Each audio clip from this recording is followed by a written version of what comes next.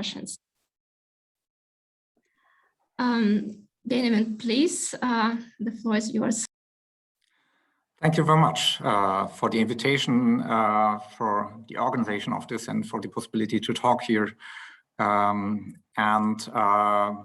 Yes, if you saw the announcement beforehand, I slightly changed my title just because I realized that what I announced beforehand was maybe a little bit too broad for 30 minutes. So I slightly had it narrowed in scope, but I think many aspects will still be in from what I plan to present beforehand.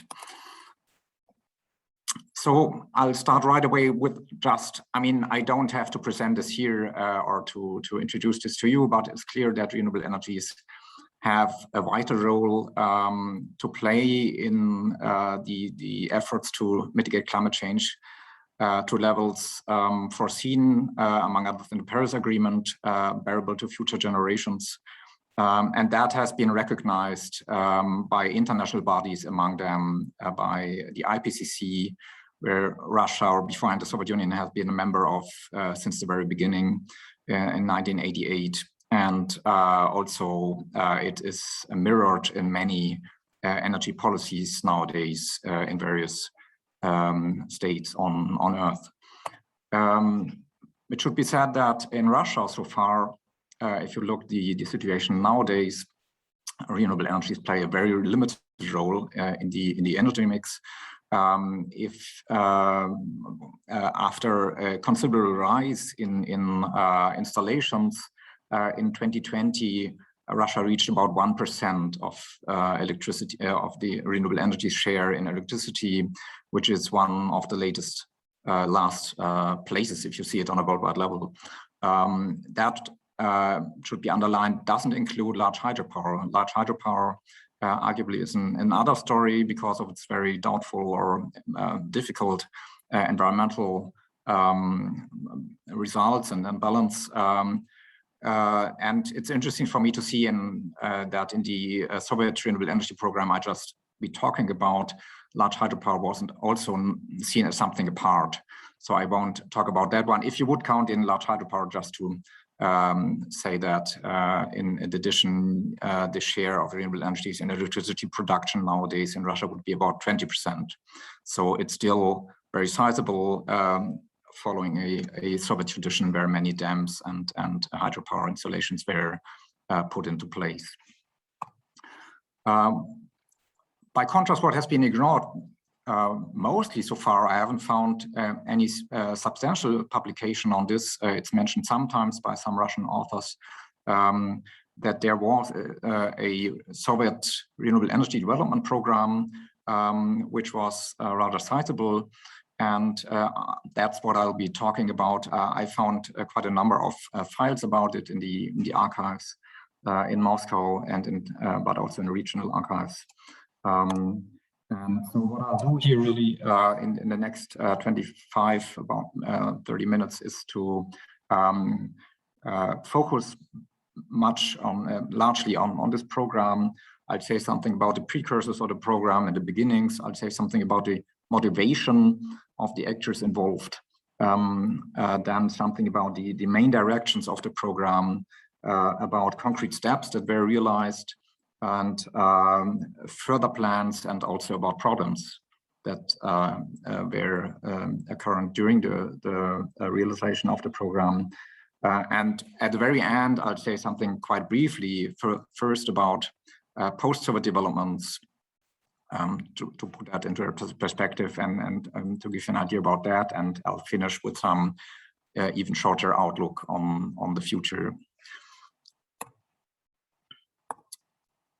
So first of all, I mean, it's clear that the idea to produce electricity from and more widely energy from renewable energy sources isn't new.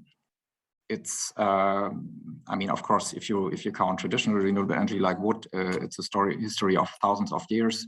But even if you have in mind more the electricity devices, that's ideas that came up in the 19th century, basically. And for me, it was interesting to see, and that's rather a byproduct now of my research about the later developments, that in the Soviet Union, they had a production of windmills for electricity production already in the 1920s, which were installed in various regions. And in the 1930s, the Soviet Union, according to what I found, was a leader in this field. They had installed the largest windmill for electricity production at that time, with about 100 kilowatt capacity. Of course, very small to nowadays standards, but at that time it was very big in a comparative view. After the destructions of the Second World War, this was resumed, and in the mid-1950s, there was a production of about 9,000 such windmills per year, and so that was rather sizable. Then it went down and was abandoned rather rapidly towards the end of the 1950s with the discovery of new big oil and gas fields in West Siberia that were put into operation, and the installment also of then a big pipeline net, which was started towards, and that was also related with a shift in paradigm for energy production from the idea that regions should be autark in that to an idea that there should be a centralized energy net in the Soviet Union, which is described rather well by Felix Frey in his recent monography, just to give you some, I think that's something worthwhile to read if you're interested in that. It's interesting then to see that the interest, nevertheless, in renewable energies didn't recede for a very long time, which is mirrored in the first Soviet-wide renewable energy conference, which was held in 1972 in Tashkent, nowadays in Uzbekistan, and which reunited a quite large number of scientists from various Soviet institutions. It was a very technical conference where I had a look at the proceedings. I have to admit, much of it I really didn't understand, but it was about really the development of new electric devices in the renewable energy sphere, and intensifying research and exchange about this, which was held at that moment. And it took another 8 years before this scientific interest, which was obviously there, then was also translated into the political sphere with the start of a coordinated Soviet renewable energy program in 1980, 1981. First, there was a common decision by the Soviet State Committee of Science and Technology, by the Soviet State Planning Agency and the Soviet Academy of Sciences in 1980 to launch such a coordinated program. And in February 1981, the Central Committee of the Communist Party endorsed this decision and thus gave political backing also to efforts then that were put in place over the next decade, and that these efforts united about 200 organizations in the whole Soviet Union in various regions and republics involving mostly scientific organizations and institutes, but also enterprises and state and ministries. So some word on the main motivations for launching such a program and for running it. First of all, it should be underlined that all this took place within an international context, which gave incentives in this direction, and in also transnational developments and discussions.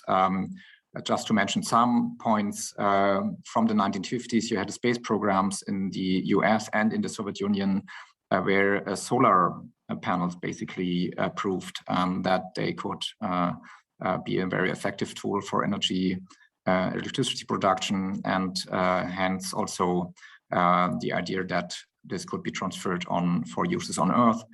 Also in 1972, the year when the first Soviet-wide Renewable Energy Conference was held, was the founding year of the International Institute for Applied System Analysis, IASS, near Vienna, where scientists from the Soviet Union, from the US, from Western European countries, Eastern European countries, and Japan, from then on until the end of the Cold War and beyond, have discussed important problems they considered of relevance for systems and countries across the Iron Curtain, and where renewable energy production and how to put that into place in various countries was one point of discussion, and so there were Soviet actors involved in these discussions.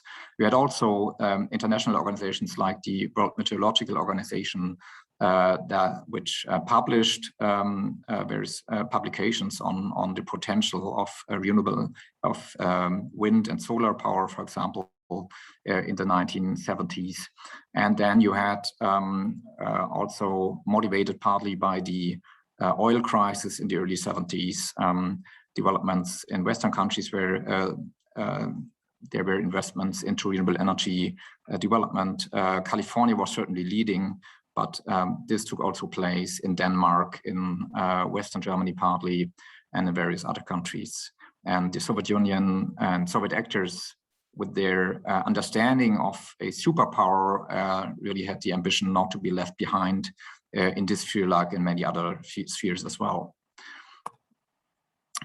If you look then closer on the how actors argumented, or how they their arguments for launching the program, you had in the first place economic motivations. The idea that even in the Soviet Union, with the richness of fossil resources, at some point there would be an end to these sources, given also the huge or large expected further economic growth. And also the idea that the more you could produce from these sources, the more you could export fossil resources to other countries for good money. So these were points that were in the discussions from the very beginning. Another point which you encounter in the discussion was about far-off regions, where you have no central energy net because it's not viable, and that's the place until today in many parts of the Far East, for example, where you have large distances, you have relatively sparse population, and so it's not viable to have a centralized energy net in all these places, and it was clear to developers and to those who argued these ideas that in these places the renewable energy facilities could play an important role for providing energy.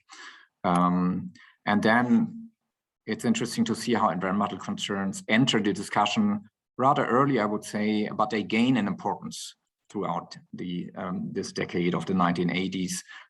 First was about reducing pollution on the local and regional level, having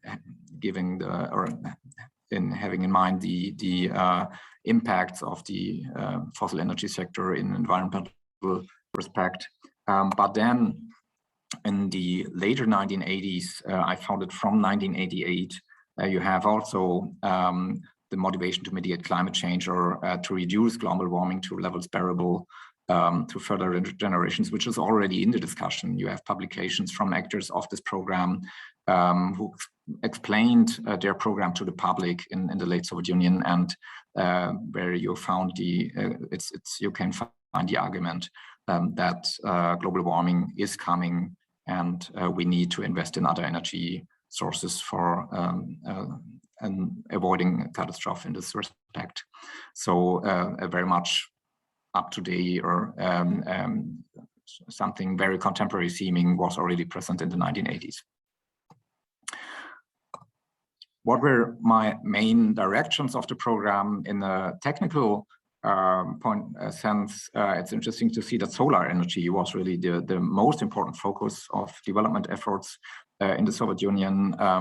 Interesting because if you talk now with many actors in Russia, many would tell you that solar energy is nothing very viable in Russia, but developers at that moment were obviously had other opinions, and it's depending on the region you're talking about, it's certainly very much true. There is a big potential until now.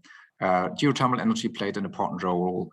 Wind energy then also, and then there were also development efforts in respect with bioenergy and tidal energy. So it's basically in this hierarchy that the developments effort were put into practice. And then you had certain main areas in a regional sense, southern Ukraine with the Crimea and the Black Sea coast, the Central Asian republics, and the Far East. In each of these cases, basically because of very good natural conditions for all various kind of renewable energies. In the Far East, above all, certainly also because of the decentralized energy net I was just talking about in many places there.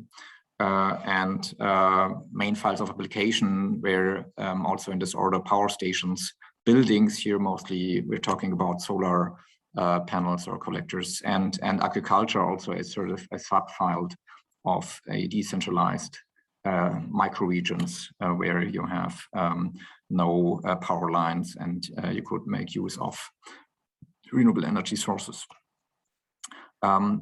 It should be underlined that throughout this decade it was mostly about really research and development, so not yet about, although this was of course the longer term prospect, it was not yet about a large-scale installation, but just to give you an idea that there were also concrete steps that were realized. In 1985, there was a solar thermal power station, which was installed on Crimea with a capacity of 5 megawatt. Again, according to now the standard, very small, but at that time it was, of course, the biggest one in the Soviet Union, and it was rather big also on an international comparison. And there were some bigger ones in California, but not much beyond that. You had a geothermal power station on Kamchatka, which was interestingly installed there way before the renewable energy program was launched, already in 1966. In fact, with initially a capacity of 2.5 megawatt, which was then during the program enlarged to 11 megawatt, and with the ideas to do much more. In this file, I'll talk some more about that in a minute. And then just to give you some ideas and numbers, in 1985, mostly for test reasons and for research reasons, there were 46 public buildings with a total of about 8,500 square meters of solar collectors, which, according to the sources I have at my disposal, reduced fossil energy consumption by about 950 tons of coal per year, and this was then enlarged by 1986 to 10,000 square meters. So again, these are very small numbers, of course, but just to give an idea that something indeed was put into practice for testing reasons mostly. And by the way, most of these were were realized in the Central Asian republics, where you have indeed lots of sun. And then there was also production of small solar electronic devices, radios and lamps run by solar power, which were, by the way, mostly exported then to Cuba. And then, if you're familiar with the Soviet Union, you won't be surprised that there were big plans for further developments. So they foresaw a large-scale production of solar collectors, then already on an industrial level in the 1990s, with about 1 million square meters per year, and a total amount of 20 square meters on buildings by the year 2000, with about 20 million tons of fuel reduction per annum or per year. They had the plan to develop new and more effective solar collectors for electricity production, also go much more into photovoltaic facilities. The much of what I've been talking about so far was rather about solar thermal collectors, and to install solar power stations with up to 800 megawatt in the 1990s and 2000s.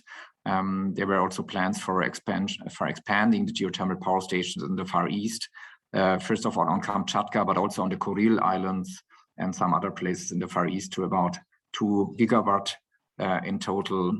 And there was the idea I encountered time and again, resources to transform Crimea into a renewable energy only zone as a pilot region by the early 2000s, employing solar, geothermal, and wind energy, and then as a pilot region for showing for exploring the possibility to scale this up in other regions, but also for really having Crimea as an island where really no fossil pollution would be in place. There were, of course, all kinds of problems also, and the most important one you encounter constantly was the problem which was mentioned of high costs for the production of renewable energy facilities, with fossil energy depending on the sources, evidently. In the second half of the 1980s, still more than 10 times less expensive, obviously not counting in external costs. So the problem which was mentioned also very often is also that in order to reduce the price, you would have to scale up production, but that's difficult as long as the price is that high. So you have this vicious circle, which is in place, of course, for many new technologies, and was in place also in the Soviet Union. Then there were frequent complaints about technical problems with the solar collectors installed, because in order to run them, you have to maintain, to have maintenance operation on a regular basis, and often the competent personnel was lacking for doing this, or it just wasn't done on a regular basis, and then some of these collectors fell out of service.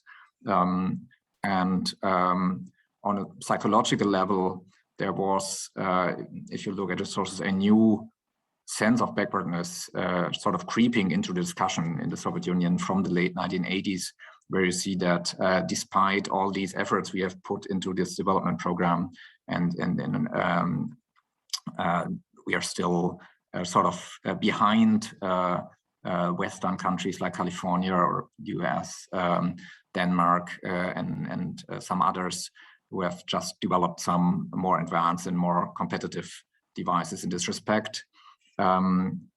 Nevertheless, it should be stressed that overall, I would argue the Soviet Union was not really backward in this regard compared with many Western countries.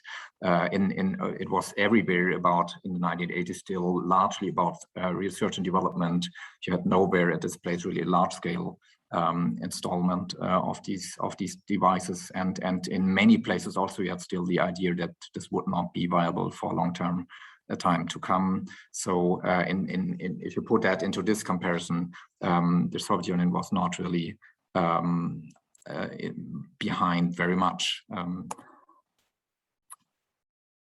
So just some small, some very short section on what happened afterwards, after the breakdown of the Soviet Union. So you have some of the projects that were planned for in the 1980s that were realized, and this concerned mostly geothermal power again on Kamchatka, with the Pauzetka geothermal power station with about 50 megawatt capacity realized eventually in 2002, which is running until today. This was based basically on Soviet plans. Also some smaller facilities realized, among others, on the Kuril Islands. But overall, you could say that the efforts from a decade of intense research and development efforts were largely left unused, and the program was mostly not only abandoned but also forgotten. So there are many people who just don't know about it nowadays in Russia.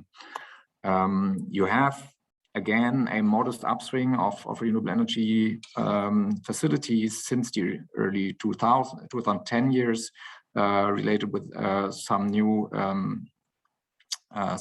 subsidy schemes and support schemes put into place on a state level. Though I introduced the numbers at the very beginning, it's still on a very low level, but there's something happening there in the last decade, with also a sector of renewable energies coming into being with some Russian players in it. So just a couple of words on why this abandonment and no further continuing of this program in the 1990s and 2000s.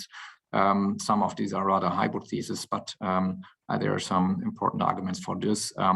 So you had the deep economic crisis, of course, of the 1990s, with just a lack of means for large further development activities, which went hand in hand with the industrial crisis, which meant that pollution through industries was perceived also relatively much less of a problem than beforehand, but also the idea that at some point in the next decades we would run out of fossil energy sources was much less acute than given this crisis, which was running quite deep and cut both fossil energy use and also pollution.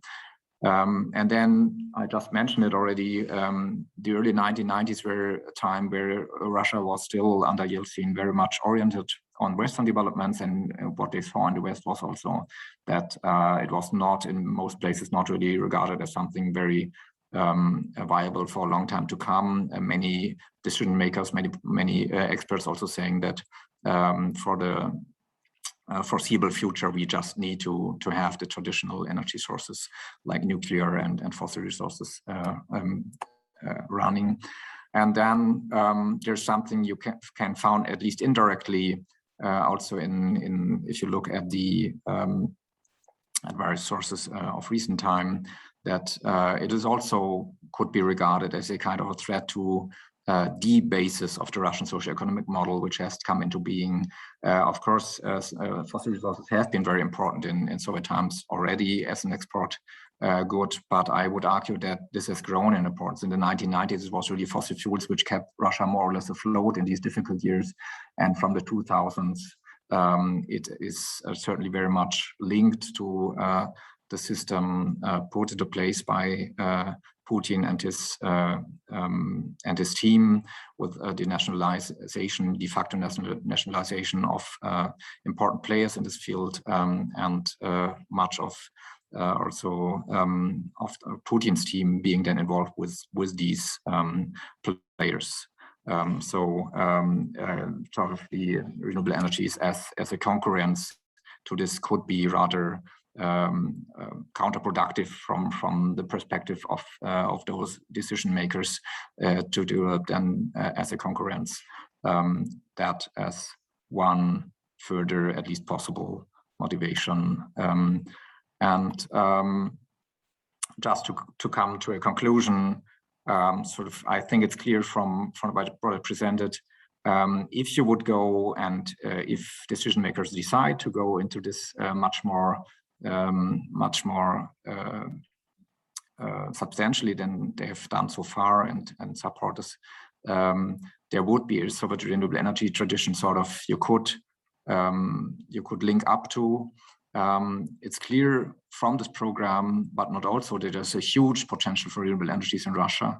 According to experts, for example, it's a country certainly with the biggest potential for wind power on Earth. And that's, of course, not a big surprise given the huge territory we are talking here about. But it's something to mention, and which was also seen by developers at that time.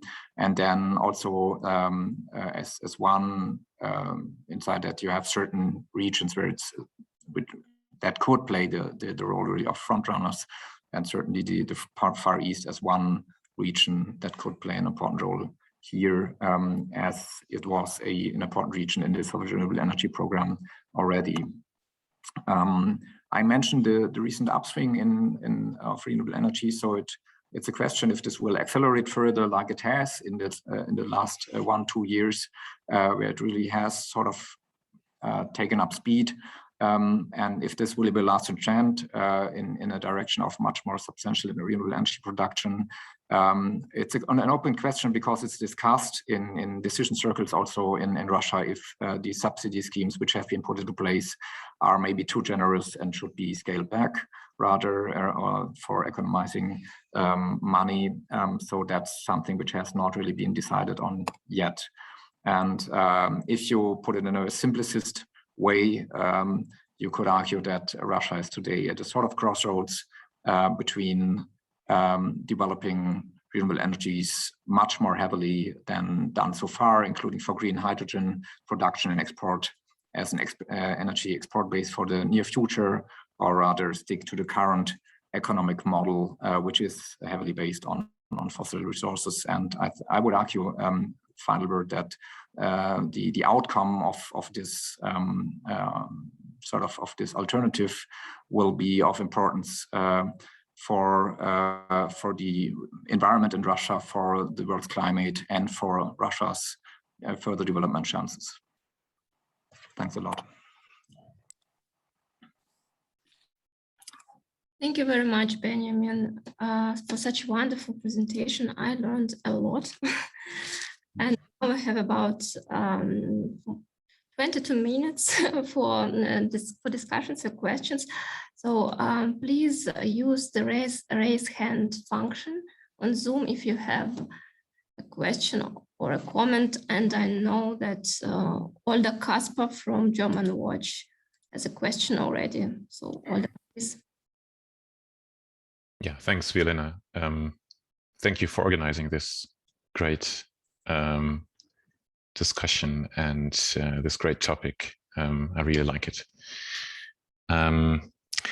Yeah, Benjamin, thank you for your for all these insights. They really help us in working as a kind of a bridge maker between Russia and the EU on these issues, on the green transition, what we are trying to do since several years. And you have done quite a lot for helping us with this with these foundations for our work actually already. I have two questions. The first one is, you said that largely the potential in the 90s was unused or has been unused, but where maybe, I mean, you didn't say it was like it's still, I mean, if potential is unused, it still could mean it's there somewhere. So do you see any circles, hidden pensioner maybe meetings or circles where technical engineers, for example, or other scientists, or I don't know, on a regional level, on a federal level in Russia, in other post-Soviet countries, maybe still meet or have met over the 90s and 2000s for discussing potential developments in the post-Soviet region, and something that could still maybe even be revived. And my second question is, so do you see, maybe it's still even connected to the first one, do you see a technique, a technology actually, that the Soviet Union, where the Soviet Union was maybe leading or better than other, maybe even Western countries, in something we could stick to, we could hint at when we speak to decision makers or the public in Russia, because I think this is extremely important for making Russia a country that takes up the green transition and drives it forward internally, domestically, and globally, so that it can be a leader in at least one of these technologies on the global markets, not only internally. And maybe there's something we can build on, at least rhetorically. That would be nice. Thanks. Should I answer right away, or right? Thanks a lot, Uldak, for your questions and for being here.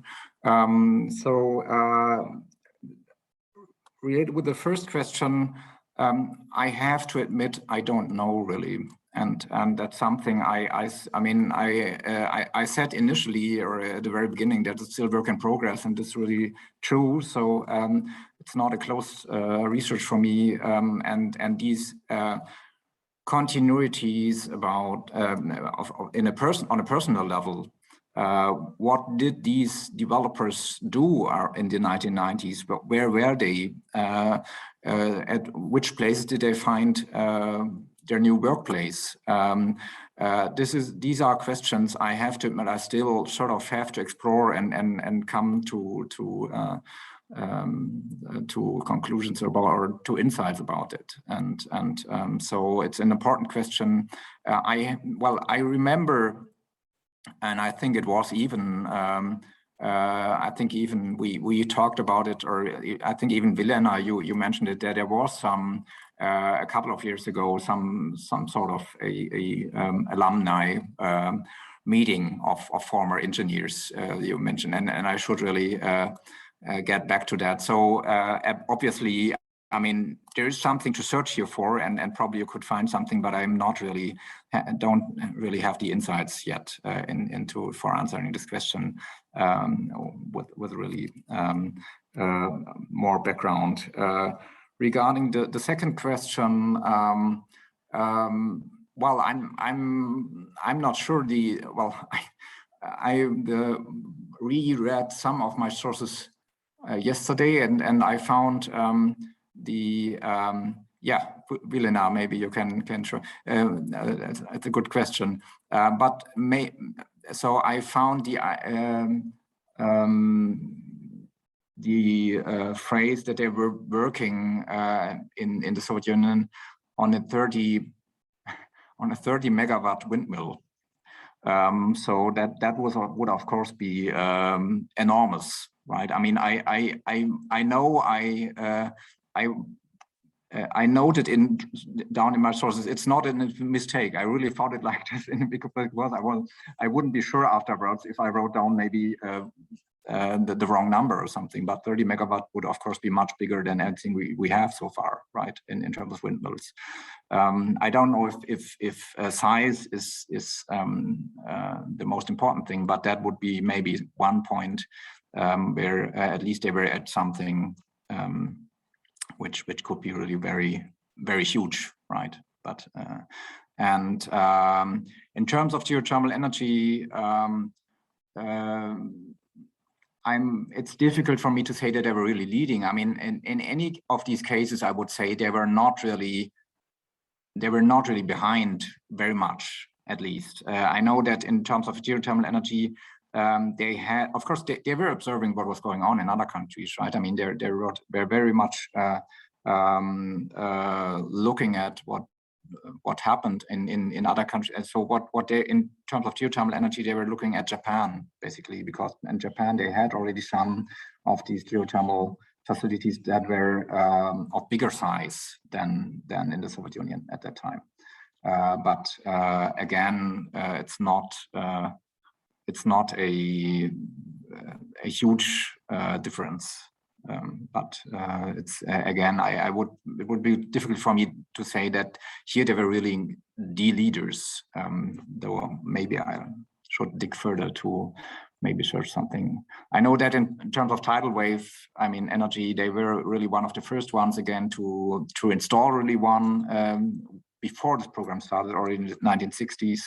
But then they had lots of development put into it, in part also on research facilities in the Soviet Far East, but nothing really concretely realized yet in the 1980s. So yeah. But maybe Will and I would like to add up to the first question. Yeah, thank you. Yeah, I actually met a couple of scientists who were participating in the installment of this station at Kamchatka that you, Benjamin, mentioned. And they were actually, it was not an alumni, it was, they were participating in Moscow Green Youth meeting 12 years ago, and I was Moscow youth back then, and but I don't remember much, but I think they were also telling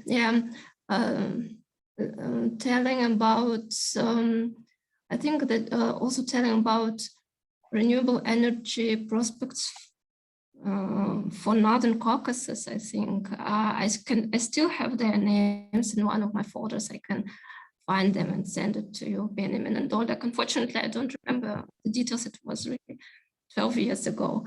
Yeah, Flavio, you also have a question or a comment, please. Thank you, Vilena. Thank you, Benjamin, for the very interesting presentation. I have worked with energy in Russia during my PhD, and it's been a while since I last had an open discussion about it. So I learned a lot from your presentation. Thank you so much, and I would really like to keep in touch after that, after this opportunity, so we could maybe exchange some points of view. I have 3 very quick questions, so to say. If you could answer either of them, I would really appreciate it. So the first one, from the documents you've analyzed, have you found anything about the accident in Chernobyl having any impact on the mode or the speed of renewable energy development in the USSR? Did you find that anywhere? And the second one, I think you kind of talked about that at the end. So it's more a question about the process. So this transition that happened after 1991, when the Russian Federation was born. So did you, do you see this hydrocarbon-centered inertia, so to say, of the Russian Federation today as halting the developments that might have come with the USSR, with the Soviet Union, especially considering the new community of owners of former state companies? So those people that became the owners of those companies, they started to have a lot of influence, especially during the Yeltsin administration, of course, later with Putin as well, but have those actors, owners of those previously state-owned companies, were they less interested in the development of renewable energy now that they had a clearer economic interest in those areas, oil-related, natural gas, you name it? And finally, just a general question. So I know this is still very early to say, but this is something I was thinking about at the end. Do you see Nord Stream 2, now that it's completed, as being able to influence both Germany and Russia in their mutual renewable energy development? So can Nord Stream 2, in your opinion, reinforce these strongly hydrocarbon-based relations and dependence between both countries, or do you see no connection? So again, thank you so much for the presentation, and I look forward to keeping in touch with you. Thanks a lot for these great questions. Regarding Chernobyl, I have to admit that no, I haven't seen any clear link or any clear impact here. I mean, it's clear that overall, of course, and you notice the environmental discussion in the Soviet Union very much took speed with Chernobyl, and environmental problems came much more to the forefront after Chernobyl. So maybe in an indirect way, you have sort of a result in this, because again, as I said, in the discussions about renewables, also environmental concerns really gained strength in the course of the 1980s, and certainly very much so towards the end of the 1980s. So that might be an indirect impact of the Chernobyl event, but I haven't found any direct link in the sense that given that nuclear energy isn't viable, we should go into renewables, which we could think of, but I haven't seen this train of discussion, of argument. The second point, yes, again, I'm rather here in the sphere of hypothesis, as I already said here. I mean, it's yeah, I mean, overall, I think at least many of those who became important players within the hydrocarbon industry sector have rather not been that interested, certainly, in going into this other development and pursuing activities in this respect. So at the end, it comes down to also the state, which would have to further support this development, and there's also, of course, one element that these were, as I showed you in the presentation. They had these big plans for the 1990s and the further development. So of course the 1990s were also a time where there was sort of a disillusionment with many of these big development programs and big planning initiatives. So there was also a rather much more going into a private sphere and so in the sense also that probably was also a de-incentive rather for or something which negatively impacted further pursuing this. And about Nord Stream 2, Oldak, we had a discussion a couple of days ago because in some sense, of course, Nord Stream 2, if you look at it from a decarbonization perspective, sort of, it's not something which makes sense that much, right? But it could, in some sense, given that it is now there and practically it's realized, could be used as a line, and that was a point Oldak made when we discussed a couple of days ago. It could be made as a line, used as a line possibly for hydrogen, though we don't know yet to which extent it's technically possible really, and how much you can, to which extent you can use it for hydrogen. Of course, if we talk about hydrogen, the big question is how hydrogen is produced, and that's another big discussion. But maybe, as there are other questions, I could come back to that if we still have time at the end. But it's a big discussion in Russia as well. Jana, please.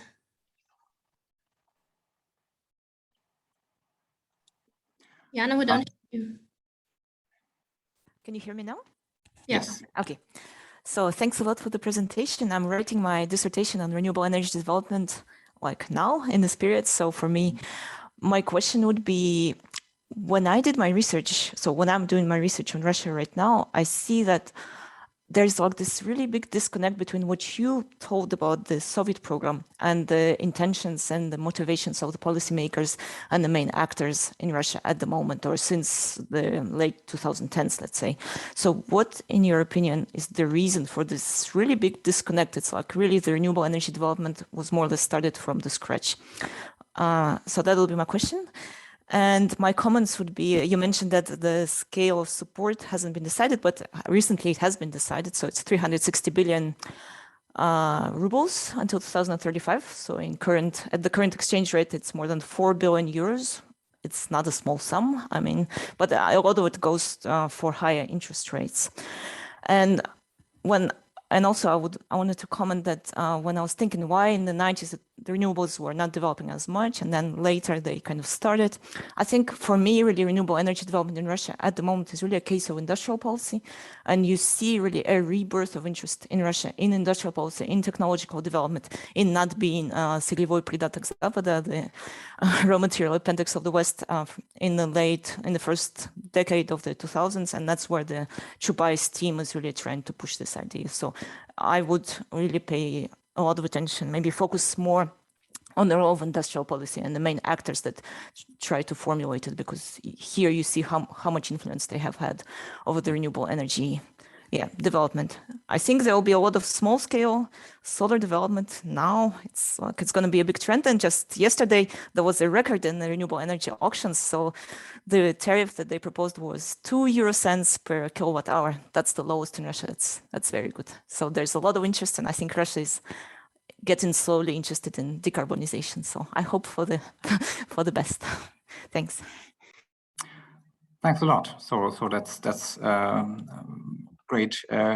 Great to hear about this optimistic outlook, and indeed what you mentioned. I have to admit, really, I wasn't aware yet that this has been decided already until 2035. Of course, I mean, you could argue about how big the number is really, or how for how much of renewable energy $4 billion would be sufficient until 2035. But still, it's something. It's much more than it's much more than nothing. And yes, I think your point is important. I mean, and that's, I think it connects sort of with what I said beforehand about the rather disillusionment in the 90s, but the importance again of industrial policy, and so that's about the state support which is needed if it has to have a substantial chance, or which is at least needed as well. I mean, it's not possible without the will to be a player in this field, also on a state level, probably. And yeah, I mean, about the disconnect between the discussion in the 80s and nowadays discussion. I mean, one point maybe which should of course be important to mention is that again, this was also a specialized discussion, right? I mean, you didn't have a large media discussion in the 1980s where you sorry. So this was a specialist circle of experts discussing these points, and who had then state support for pursuing their efforts. But it's not a big public discussion which you could think of. So maybe I would guess that you can find people even today who argue in a similar way, right? I mean, and who have also similar concerns. But yeah, anyway, thank you for your comments, and I'll be very much interested to learn more about your research and about its results, for sure. Yeah, let's be in touch. Thank you. I suggest we take the last question from Gretchen.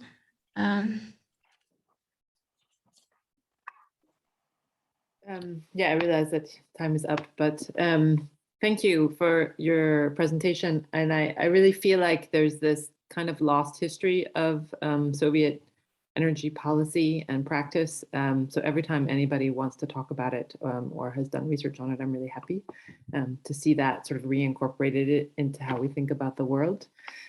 So my question is, I know that there wasn't a lot of attentiveness to oil as a fuel source in the Soviet Union. So oil was for export, and coal and peat and hydro were for electricity.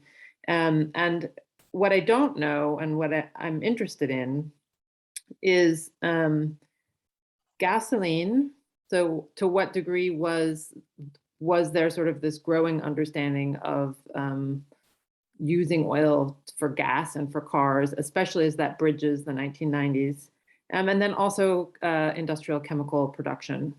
And I guess the question is this kind of through line of exporting oil and natural gas, and then looking to other sources, whether they're renewable or not, for use for making power, and where cars and chemistry or chemical industry fits into that story, maybe across the transition, so from the historical into the present. Yeah, it's less, I would say, probably a story directly related with the environmental energy sector, but indeed, I'm also doing research to some extent on tries or attempts to reduce car emissions in the Soviet Union, and then what you see in the discussion is very much a discussion about cars run by natural gas, So gasification was an important sort of buzzword you had in the discussions in many of what I found, and really transforming much of the car transport sector into a gasified so away from oil and into natural gas is something which was there, and you can find it in discussions. And this is something, and also really pointing to, I found it less really for I mean, you could argue or could think about it for freeing more oil for export in the sense, but it was really about environmental concerns mostly, because it was considered as an extremely important environmental problem already, the car transport in at least some of the Soviet cities, like, for example, Vladivostok, where there were serious efforts for reducing car emissions. So that's another topic I could talk about for some while. Oldag also, again, we talked about cars a couple of days ago when we had our conversation, and Oldag had examples of electric cars he knew of that were developed in the Soviet Union. So there, I have to admit that I didn't know this so far. So I didn't encounter it in the discussions I read.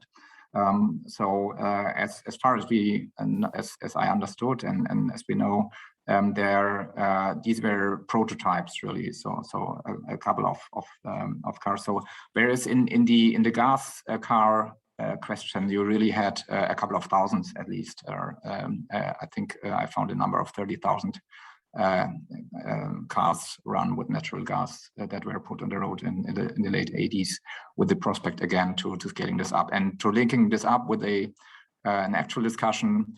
And I'm happy to end up with this note. So if you see what the discussion on Sakhalin now about decarbonizing the Sakhalin economy by 2025, which is of course an extremely ambitious goal. Again, you have the element in the discussion to switching car transport to gas, to natural gas. So it's something which was there in the 1980s. You have it again. You have it again. Thank you. Thank you very much, Benjamin, for a wonderful talk, and thank you very much, everyone, for a wonderful discussion. And we have to finish now, and have a great afternoon. Thank you. Bye-bye. Bye. Thanks a lot. Спасибо большое. Thanks a lot. Thanks a lot.